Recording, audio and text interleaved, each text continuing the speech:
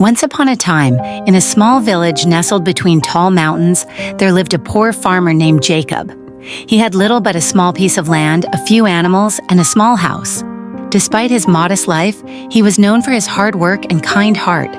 One evening, while Jacob was plowing his field, his plow struck something hard.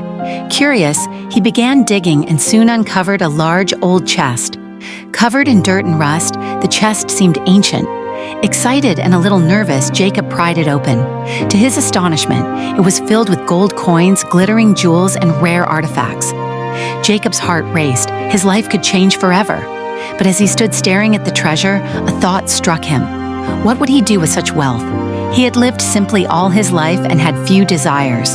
However, he remembered the hardships of his fellow villagers, many of whom struggled even more than him. That night, Jacob couldn't sleep. The chest was locked safely in his house, but his mind wrestled with a dilemma. Should he keep the treasure for himself or share it with the village? At dawn, Jacob made his decision. He gathered all the village elders and the villagers themselves to his home. With everyone gathered, Jacob revealed the treasure he had found.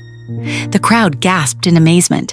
Some whispered, "He should keep it," while others said, "We should divide it." Jacob raised his hand to silence them. "This treasure," he said, "is not for one man alone. It belongs to all of us. With it, we can repair our homes, build a school for our children, and ensure that no one here goes hungry again." The villagers were moved by Jacob's selflessness. They agreed to use the treasure for the good of the entire community. Over the next few years, the village transformed. They built new roads, schools, and wells.